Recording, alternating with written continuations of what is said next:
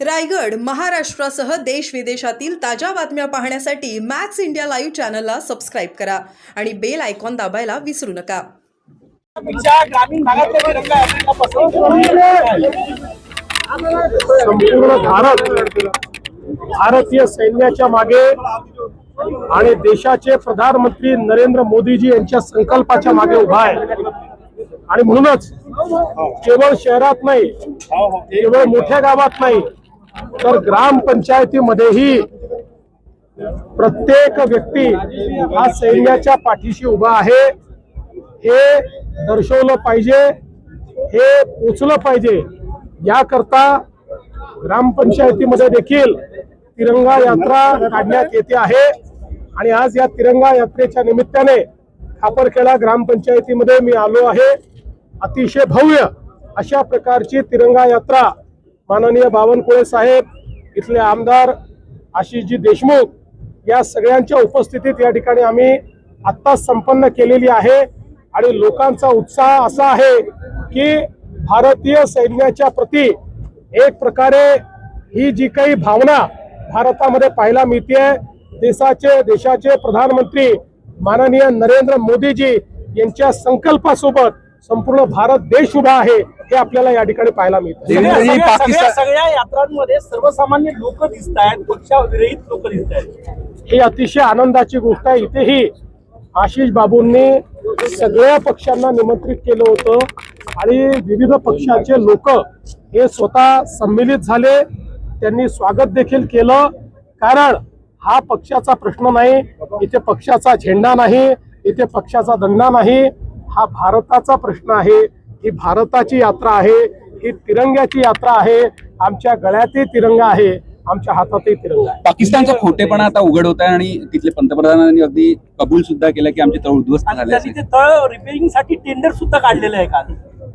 आपल्याला हे पहिल्या दिवशीच माहिती होतं की ज्या प्रकारे भारताने हल्ला केला, आज भारताची जी डिफेन्स कॅपेबिलिटी आहे ती पाकिस्तानच्या 5 पट जास्त आहे. आज जगातल्या पहिल्या 5 आर्मीमध्ये किंवा नेव्हीमध्ये किंवा एअरफोर्समध्ये भारताची गणना होते. अशा प्रकारची भारताची परिस्थिती आहे. आणि म्हणून आपण ज्यावेळी त्यांचे युद्धतळ उद्ध्वस्त करणं सुरू केलं, त्यानंतरच ते वठणीवर आले, त्यानंतर त्यांनी गुडघे टेकले, त्यानंतर त्यांनी फोन केला आणि मग युद्धविराम झाला. भारतीय उत्पादनांचा वापर झाला डिफेन्ससाठी, त्यात नागपूरचाही समावेश आहे. किती अभिमानाची ही खरोखर आपल्याकरता अभिमानाची गोष्ट आहे. आपला जो वॉर डॉमिनन्स आहे, या संपूर्ण युद्धामध्ये जो आपल्याला पाहायला मिळाला, ऑपरेशन मध्ये जो आपल्याला पाहायला मिळाला, हा वॉर डॉमिनन्स आत्मनिर्भर भारत आणि मेक इन इंडिया अशा प्रकारच्या शस्त्रांमुळे आपण करू शकलो. 2014 साली जेव्हा देशाचे प्रधानमंत्री मेक इन इंडिया आत्मनिर्भर भारत म्हणायचे, त्यावेळेस लोकांनी तो जुमला असं म्हटलं. पण आज तो आत्मनिर्भर भारत आपण बघितला, ते मेक इन इंडियाची पॉवर आपण बघितली.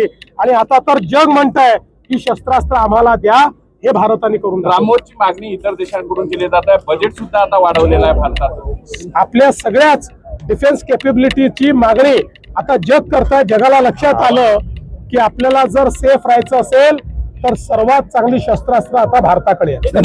दुश्मन का दुश्मन दोस्त असतो. आपण काही देशांशी संधान साधलाय आणि एकीकडे तुर्की सारख्या देशांवर भारतीयांनी स्वतःहून पुढाकार घेऊन बहिष्कार मी तर भारतीयांचं अभिनंदन करेन की तुर्की सारखा देश जो विनाकारण दहशतवादाला पाठिंबा देतोय, मानवतेच्या विरुद्ध जो अपराध आहे त्या अपराधाला पाठिंबा देतोय, त्या तुर्कीवर अघोषित बहिष्कार हा भारतीयांनी टाकलेला आहे.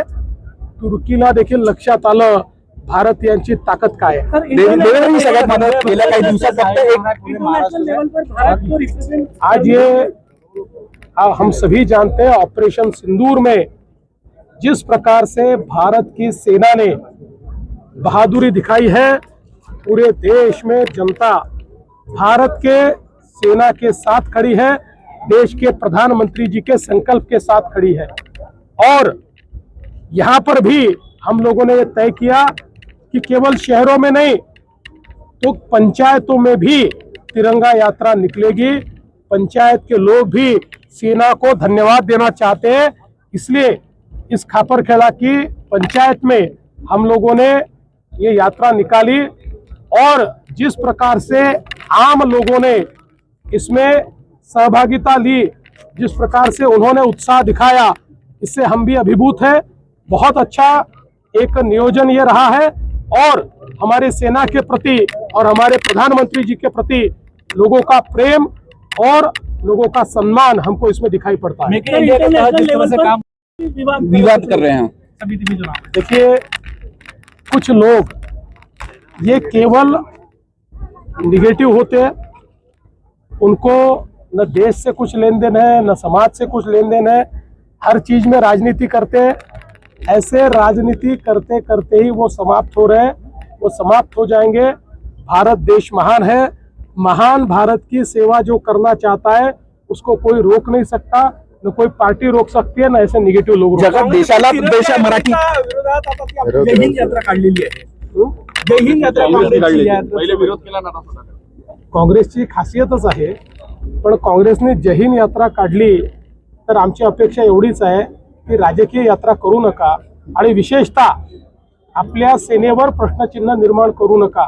कालपासनं पुन्हा एकदा राहुल गांधी जे बोलायला लागले त्यातनं आपल्या सेनेच्या प्रति त्यांचा अविश्वास हा आपल्याला पाहायला मिळतोय। आपल्या सेनेच्या प्रति ज्या प्रकारे ते अविश्वास दाखवतायत, एकीकडे सेनेवर अविश्वास दाखवायचा आणि दुसरीकडे जय हिंद यात्रा काढायची। अरे जय हिंद तेव्हाच म्हणता येईल जेव्हा सेनेच्या पाठीशी आम्ही उभं राहू शकतो। ही सर्वपक्षीय प्रतीक मराठीत राहिलं.